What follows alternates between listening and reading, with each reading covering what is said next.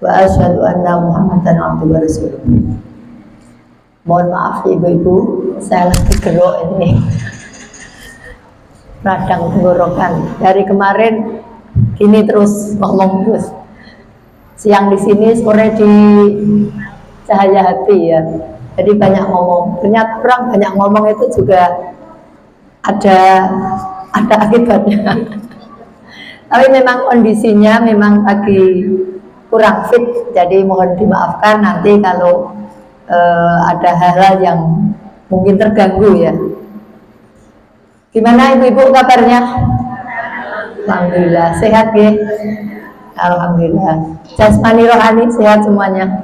Nah, kalau sakit jasmani gampang obati gitu, cukup beli obat atau di rumah sakit. Tapi kalau sakit rohani, siapa yang tahu? Yang tahu biasanya orang lain. Sombong, kadang-kadang orang nggak merasakan yang bisa menilai orang lain. Kemudian ria. Jadi penyakit-penyakit hati itu biasanya yang tahu ada orang lain. Kemana obatnya? Obat hati ada berapa, Bu? Obat hati ada 5. Ibu-ibu pasti sudah hafal semuanya gitu. Maca Quran sak maknane. Kemudian peteng ingkang luwe. Zikir wengi ingkang suwe. Terus apa, Bu? Wong kang soleh kumpulono. Terus peteng luwe. Oh tadi sudah ya. Ora urut.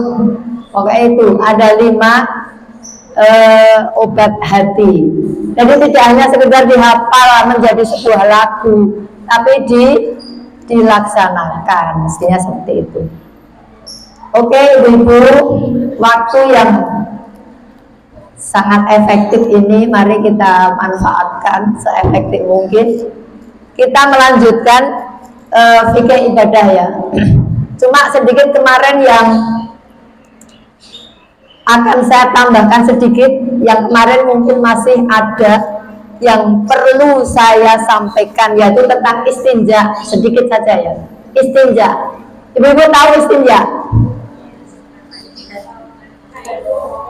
Apa, Bu? Ya, ada yang memakai batu, memakai apa lagi? Tisu, boleh, apa lagi? Kalau ada air jelas ya. Ya. Jadi istinjanya gampangan nih, atau bahasa Jawa nih, bahasa Inggrisnya cebok. Itu membersihkan dari bagian kubur ataupun bagian bubur belakang ataupun yang depan.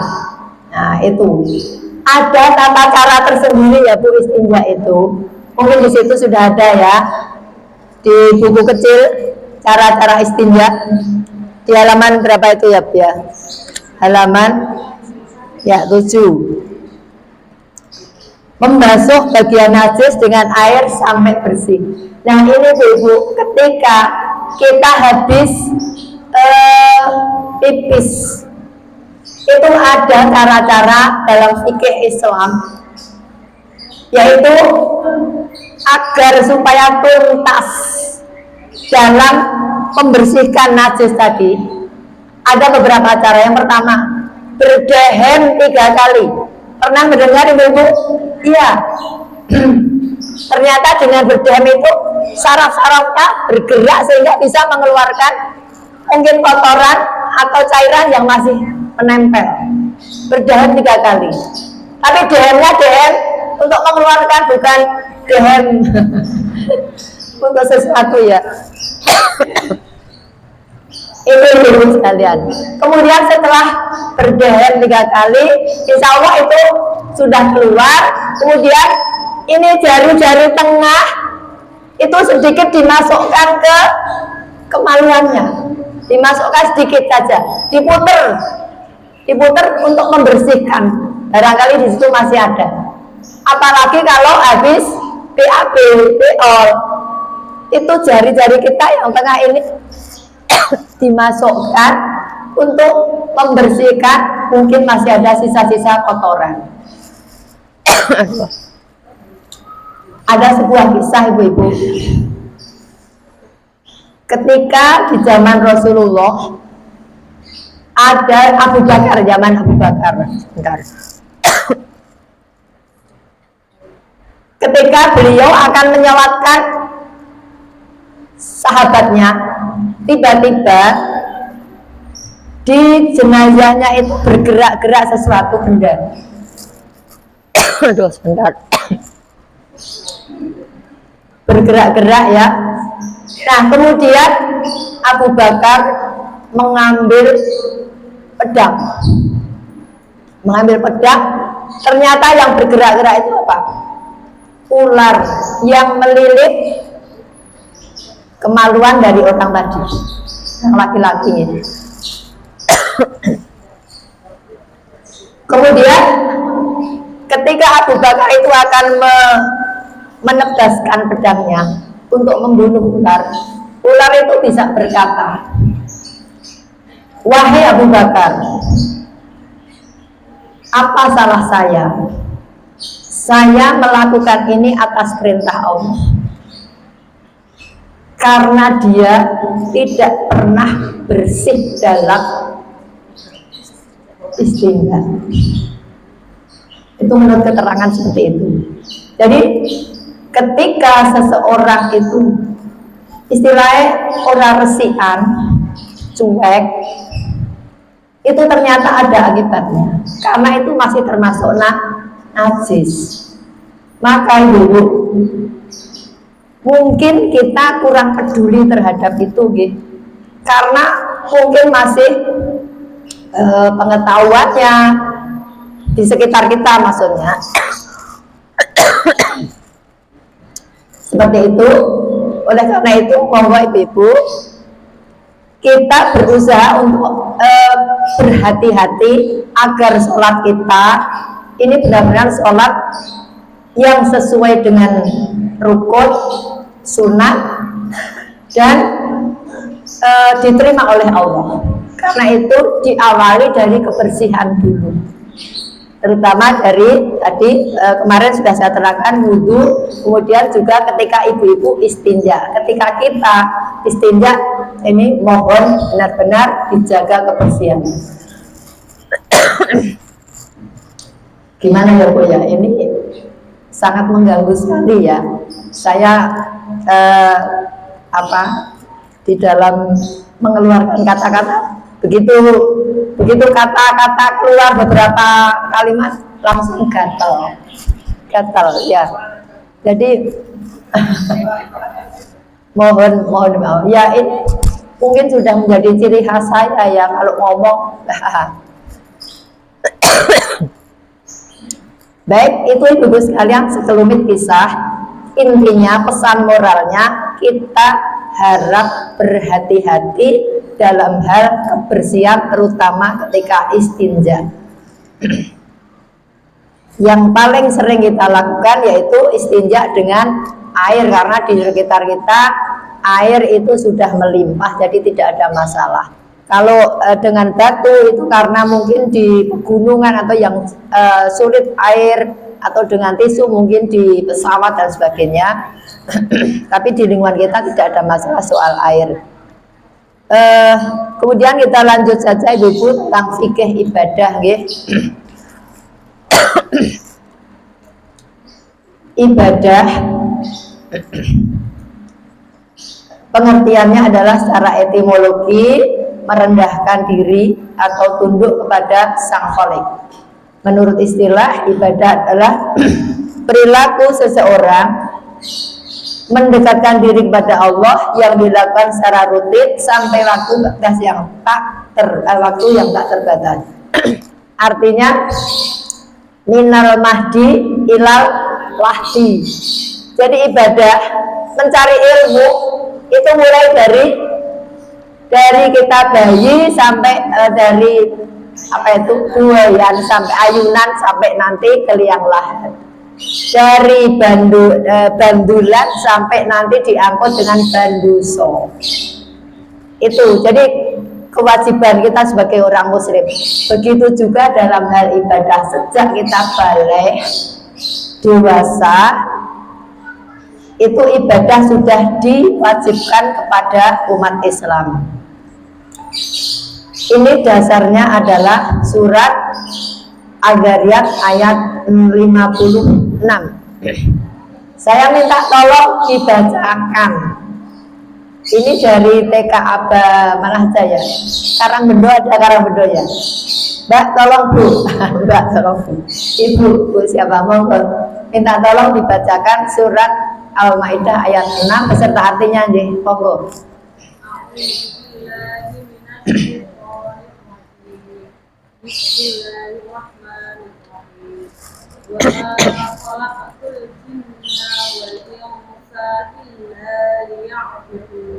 Ya, artinya dan tidaklah aku ciptakan jin dan manusia kecuali hanya untuk beribadah. Ya, terima kasih Mbak, bacaannya sudah bagus ya. Wa ma khalaqatul jinna wal insa illa liya'budun. Tidaklah Allah ciptakan jin dan manusia itu kecuali hanya satu, untuk beribadah. Yakin ya Bu ya, kita memahami hal ini ya. Artinya kita ini diciptakan oleh Allah hanya satu, untuk beribadah. Jadi segala bentuk aspek kehidupan, pekerjaan ataupun aktivitas apapun, itu semuanya harus bernilai ibadah, berorientasi pada ibadah. Ibu-ibu masak untuk apa? Untuk supaya keluarganya tercukupi kebutuhan secara fisik, kebutuhan makan, sehingga dengan makan itu mampu dia melaksanakan ibadah. Coba kalau tidak makan, pasti lemes awake sehingga tidak mampu untuk beraktivitas atau beribadah. Kalau memasaknya itu diniati ibadah pada Allah, insya Allah dapat dua-duanya. Secara fisik terpenuhi, kemudian secara agama dapat pahala. Ini ibu-ibu sekalian. Jadi gampangane nek ibadah kuwi penuh cinta kepada Allah, itu akan bernilai pahala yang besar. Apa saja? Nyapu diniati untuk kebersihan. An-nadzafatu minal iman. Kebersihan itu bagian dari iman. Ini sudah sangat hafal sekali ibu-ibu ya, dari TK Aba, dari mungkin pimpinan ranting. Ini kan sangat populer sekali hadis itu. Kemudian ibadah dibagi dua ibu-ibu, ibadah mahdhoh, ibadah ghairu mahdhoh. Ibadah mahdhoh ini semuanya berdasarkan wahyu Al-Quran ataupun hadis Nabi Muhammad SAW. Jadi semua bentuk ibadah hablum minallah.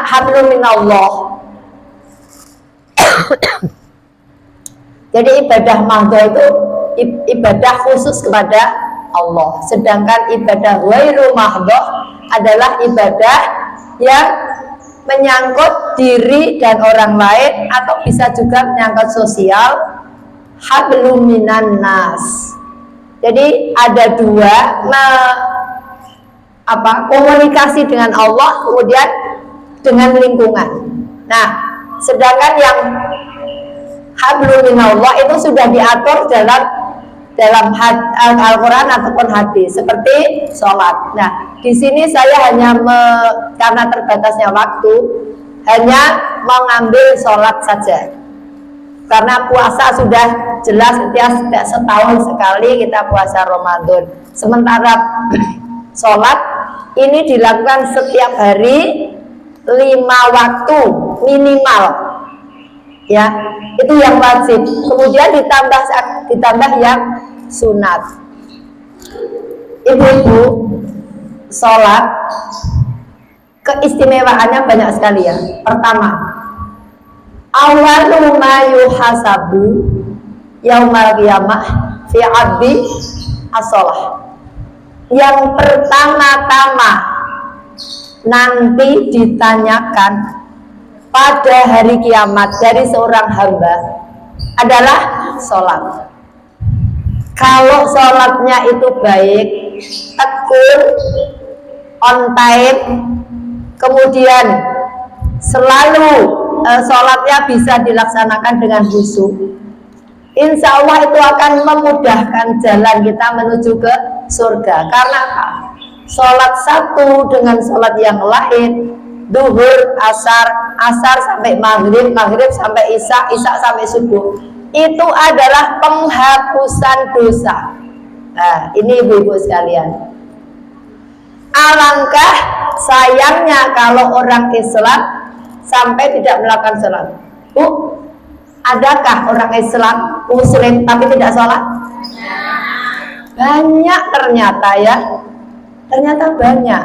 Mereka hanya mengakui Islam saja. Yo, karena apa? Di dalam KTP harus ada agama. Karena Rauno yo, mereka malu wes rapopo Islam rakitan. Tapi ada juga Bu yang wong Islam melu poso ning ra salat. Ada enggak? Ada. Ternyata ada. Nek ora kenapa? Karena umumnya ngendi wong salat, wong do poso. Nek ra poso ora wangun. Nah, jadi hanya ikut umumnya saja.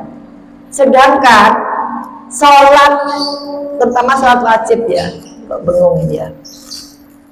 Sholat wajib, wajib artinya kan harus dilaksanakan, tidak boleh tidak. Kalau tidak dilaksanakan berarti berdosa.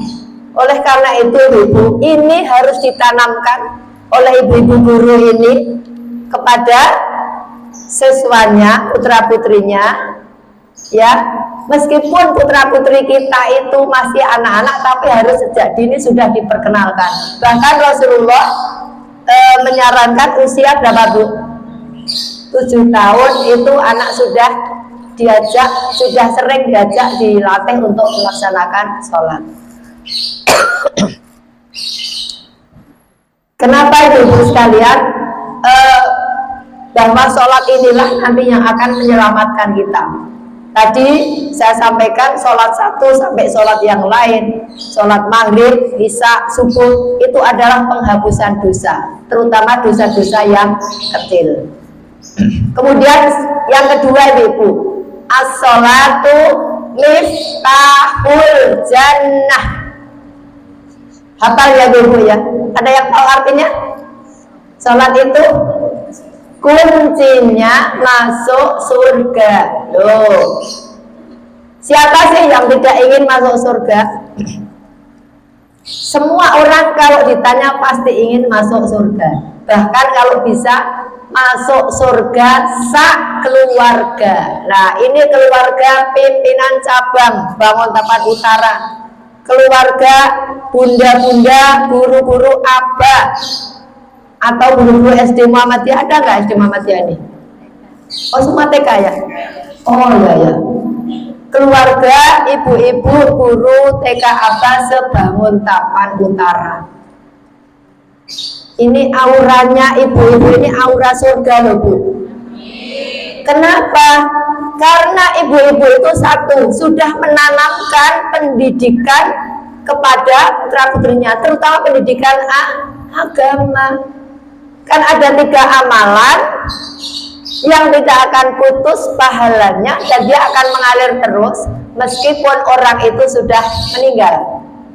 Ibu bisa menyebutkan 3 itu apa saja? 1, ilmu yang bermanfaat. Urut-urut Bu. Yang pertama apa Bu? Yang pertama kali. Sedekah jariah. Yang kedua baru ilmu yang bermanfaat. Yang ketiga anak soleh yang mendoakan baik kepada orang tua. Ini sedekah jariah, sedekah ya. Tadi Ibu sudah ngumpulin infak. Berapa hari ngumpulin infak. Kemudian di rumah, di lingkungan masjidnya masing-masing juga sudah berinfak. Kemudian ibu-ibu sebagai pendidik sudah menanamkan pendidikan agama kepada murid-muridnya. Itu kan termasuk ilman nafi'ah, ilmu yang bermanfaat. Insya Allah, karena anak itu sebagai apa Bu? usia-usia apa? Usia-usia emas ya. Ya. Ketika anak-anak itu masih dini, itu seperti otaknya itu seperti tape recorder, merekam apa yang disampaikan oleh ibunya di rumah, oleh ibu guru di sekolah, oleh lingkungan itu direkam, dan itu sampai kapanpun akan teringat. Maka ketika seorang guru atau seorang ibu memberikan pendidikan yang baik sehingga akan membentuk karakter anak itu menjadi karakter yang berakhlak mulia, itu betapa bangganya, betapa bahagianya seorang anak, seorang orang tua terhadap anaknya. Ya, dan ini jadi ibu-ibu sekalian, ini besok kalau masuk surga, insya Allah masuk surga yang pertama kali loh. Mudah-mudahan.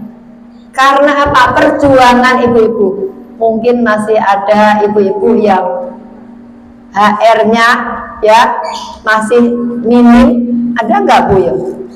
Ya, mudah-mudahan ternyata itu berkah ya Bu ya.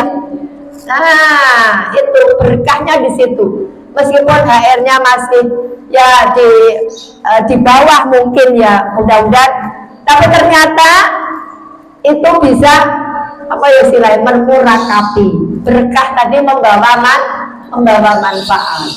Disitulah Allah itu menyediakan ganti pahala yang luar biasa. Kalau dibanding dengan ibu-ibu yang atau pegawai-pegawai yang lain yang mungkin gajinya lebih besar, tapi mereka pekerjaannya mungkin di kantor dia menghadapi benda-benda yang mati. Beda sekali dengan ibu-ibu yang di sekolah itu mendidik putra-putrinya. Nah, inilah nilai plus dari seorang guru di situ. Ya, asalkan itu dilakukan secara tulus ikhlas. Tapi saya yakin semua ibu-ibu itu tulus ikhlas. Oh, nyatanya ya jadi guru berapa tahun ya masih betah seperti itu. Karena apa? Karena motivasi ketulusan hanya mengharapkan ridhonya Allah. Ya, itu jadi keistimewaan hikmah dari sholat wajib ibu-ibu. Tadi yang pertama, sholat itu mencegah perbuatan keji dan mungkar. Terdapat dalam surat Al-Ankabut, aqimus sholah, inna sholata tanha 'anil fahsya'i wal munkar. Kemudian tadi inna sholata kanat 'alal mu'minina kitaban mawquta. Sholat wajib itu sudah ditentukan waktunya. Itulah yang disebut dengan ibadah mahdhu. Misalnya ibu-ibu, ibadah mahdhu itu sudah ditentukan oleh Allah, kita tidak boleh protes, tidak bisa diakal-akal dengan akal manusia, karena akal manusia itu terbatas. Misalnya kok sholat subuh ini rong rakaat yo, aku isi kuat nek patang rakaat. Nah, itu nggak bisa diakal-akal. Kenapa? Karena itu sudah ditentukan oleh Allah dari sononya seperti itu. Itu yang disebut dengan ibadah mahdhu. Ibadah mahdhu yang khusus menyangkut hubungan dengan Allah, hablum minallah. Itu. Kemudian as-sholatu miftahul jannah. Sholat itu kuncinya masuk surga. Kemudian berikutnya, sholat itu yang pertama-tama ditanyakan nanti pada hari kiamat. Kalau sholatnya baik, semua amalnya jadi baik. Tapi kalau sholatnya tidak baik, otomatis amal lainnya semuanya rusak. Karena kuncinya adalah sholat. Kemudian berikutnya ibu-ibu, sholat itu ternyata akan mengantarkan menjadi ahli surga, surganya surga Firdaus ibu-ibu. Surga yang paling tinggi. Itu tercantum dalam surat Al-Mu'minun ayat 9 sampai 11. Saya minta tolong dibacakan. Sekarang dari TK Aba, ngentrak mana ya, ngentrak ya? Ada nggak TK Aba dari ngentrak?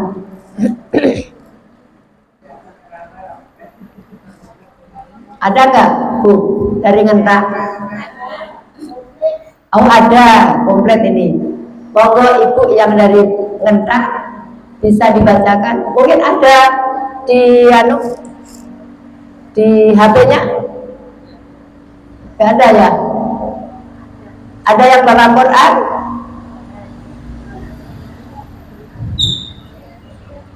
Atau dari mana yang dari Ngentak? TK Abang Ngentak mana Al-Fatah ya?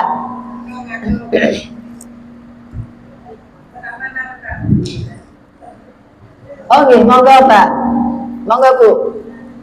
Surat Al-Mu'minun. Kalau HP kan gampang sekali. Langsung Al-Quran ya, Al-Quran. Langsung dicari surat Al-Mu'minun. Ayatnya juga gampang sekali ya. Dicari tek, langsung diketik ayat 11, ayat 9 sampai 11. Nah, ini udah pada ketemu. Bu dari Ngentak sudah ketemu? Ya, monggo silahkan Bu.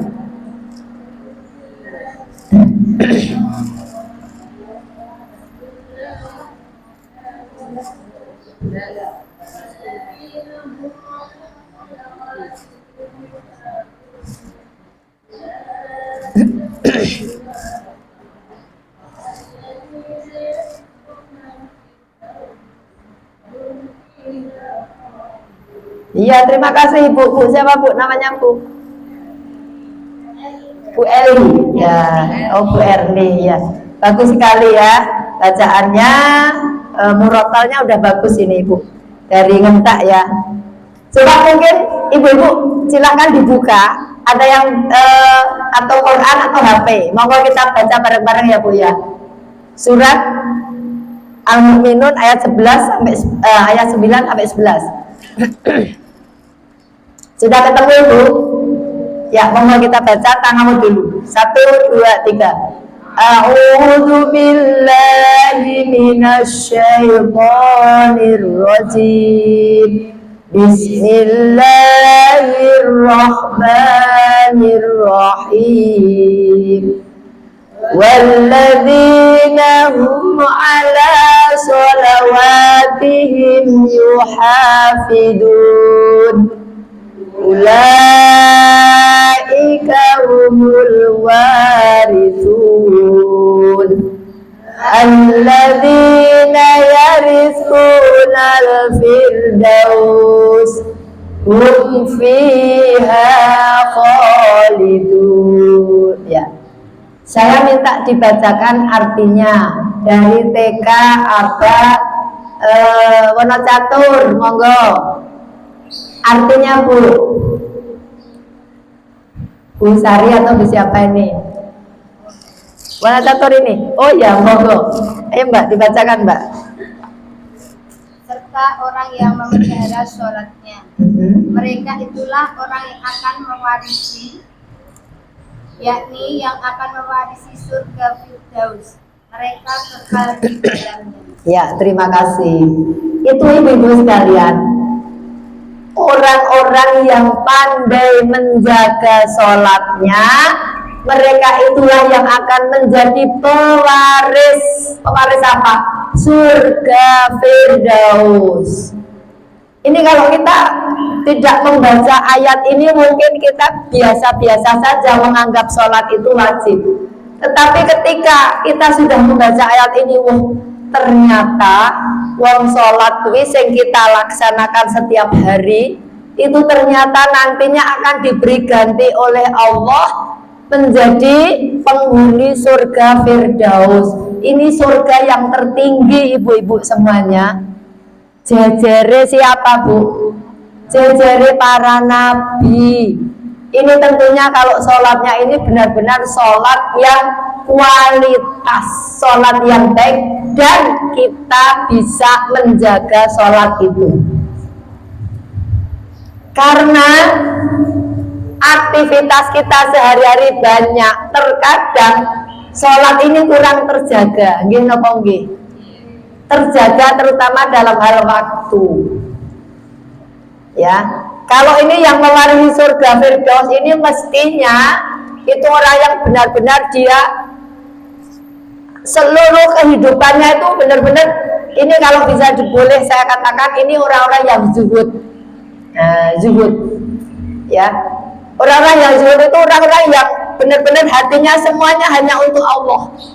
Yang selain itu semua ya tidak terlalu diperhitungkan sekali. Dia semuanya berorientasi kepada ibadah akhirat itu saja yang dipikirkan.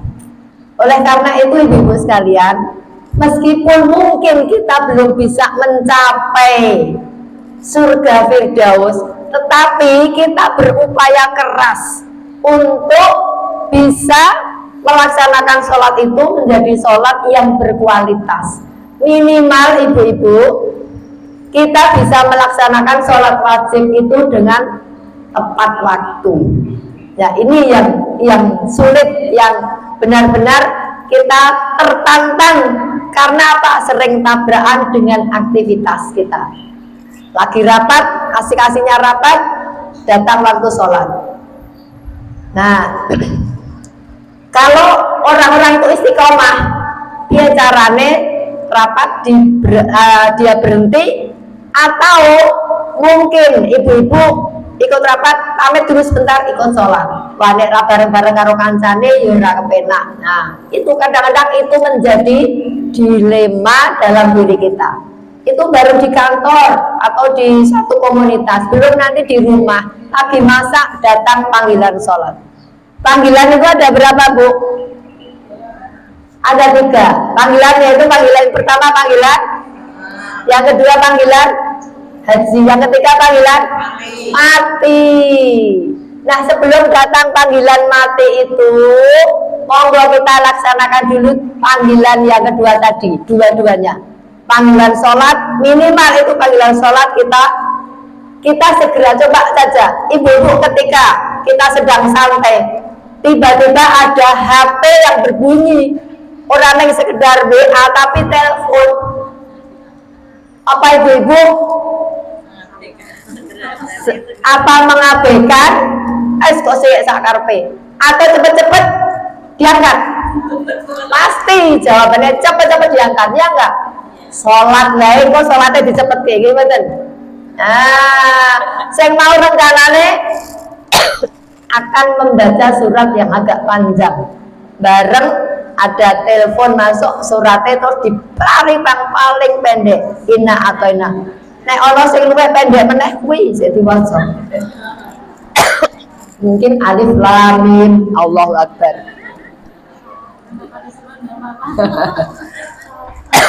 Nah, itu malah nggak pakai surat, nggak apa-apa memang. Yang penting apa tegak nih, Mbak. Betul. Karena guru-guru jangan-jangan ini ada berita penting kan begitu. Itu panggilan siapa, Bu? Sesama manusia kan? Hablumminan nas.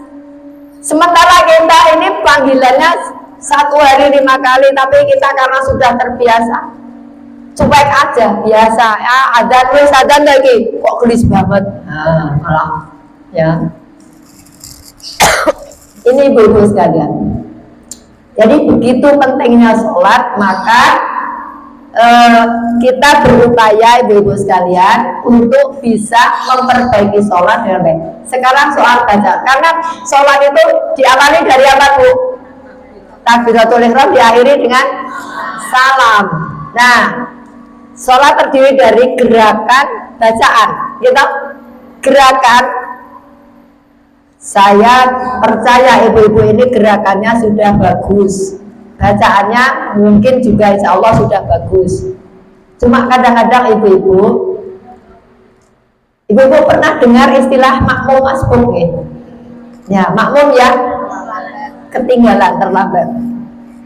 Saya sering melihat ada, tempat saya kan masjid di Masjid Al-Muti'id, pinggir jalan, ada orang yang sering mampir di masjid untuk sholat.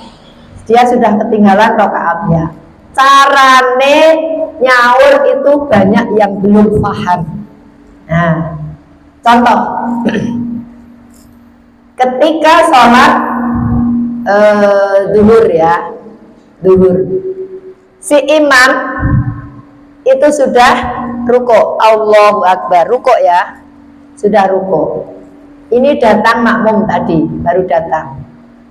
imam ini sudah sami'allahu liman hamidah Rabbana walakal hamd. Orang yang tadi datang makmum masukati, dia rukuk sendiri, Allahu Akbar, terus sami'allahu liman hamidah. Itu mereka anggapannya itu sudah dianggap satu rakaat. Padahal sebetulnya belum. Karena apa ibu-ibu? Yang disebut satu rakaat itu kalau dia mendapatkan rukuk secara sempurna, secara tumak ninah. Ya, misalnya tadi si imam Allahu Akbar, kemudian dia baru datang Allahu Akbar, masih sempat untuk mengikuti rukuk. Nah itu dia bisa dapat satu rakaat meskipun belum membaca apa-apa, kan belum membaca. Cuma ini loh Bu, ini juga kesalahan fatal ini. Rukuk itu dia langsung Allahu Akbar, langsung rukuk. Jadi tidak diawali takbiratul ihram dulu. Nah, katanya sholat diawali dari takbiratul ihram. Meskipun dia sebagai makmum masbuk, harusnya sholat diawali takbiratul ihram dulu. Allahu Akbar, baru rukuk. Allah Akbar, begitu. Tapi karena buru-buru setelah nututi imam mele rukuk, maka dia langsung Allah Akbar, langsung rukuk. Jadi dia nggak mendapatkan takbiratul ihram. Bagaimana itu sholatnya? Kan nggak sah. Iya. Nah, hal-hal seperti itu kadang-kadang dianggap sepele, ya. Karena mungkin belum tahu juga bisa. Nah, kalau kita mau ngasih tahu itu kadang ada waktu khusus ya. Misalnya kalau sudah kenal sih nggak apa-apa. Tapi kalau kita belum mengenal, sementara dia orang luar, kalau mau memberitahu kan kita juga nggak enak. Ya. Kemudian ibu-ibu, ini yang perlu juga saya sampaikan. Ketika ibu-ibu sujud, perhatikan tempat sujud itu tempatnya di mana Bu? Di sajadah atau di karpet atau di tikar? Bukan di rukuk. Karena kadang-kadang ibu-ibu pakai rukuk yang rukuk pedotan itu loh Bu. Rukuk yang lebar, sujudnya di sini. Jadi bukan di tempat sajadah. Itu enggak sah Bu seperti itu. Jadi usahakan rukuknya digondeli. Jangan sampai kita sujudnya karena tempat sujud kita itu tempat sujud di sajadah itu. Sering nggak Bu seperti itu? Sering banget ini. Ini hal-hal dianggap hal-hal yang mungkin kecil.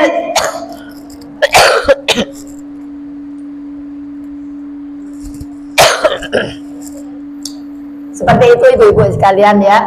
Jadi hal-hal yang sekiranya kita belum tahu dan dianggap mungkin kurang penting, dah monggo bisa kita perbaiki. Aduh, serak. Ya, ini ibu-ibu sekalian, ini karena terhalang tenggorokan saya itu kering, kemudian ya karena puasa ya. Betul.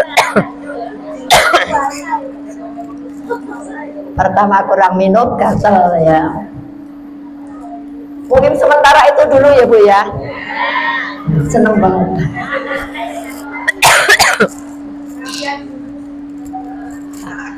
Terima kasih sekali.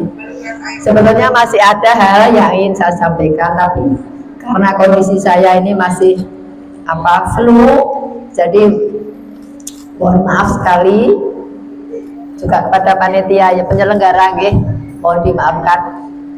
Mungkin nanti ada pertanyaan atau bisa langsung WA ke saya, atau mungkin di luar ini monggo silahkan. 2 kali saya menyampaikan, tentu banyak hal yang kurang berkenan pada ibu-ibu sekalian. Sekali lagi mohon dimaafkan. Mangan kupat neng segoro. yang wonten lepat nyuwun ngapura. Ikan teri, ikan sepat. Jangan lupa pakai lalapan. Materi ini mudah-mudahan bermanfaat. Syukur-syukur bisa dilaksanakan. Amin. Yusarinten bulak sendilo, cakap semanten atur kula. Assalamualaikum warahmatullahi wabarakatuh.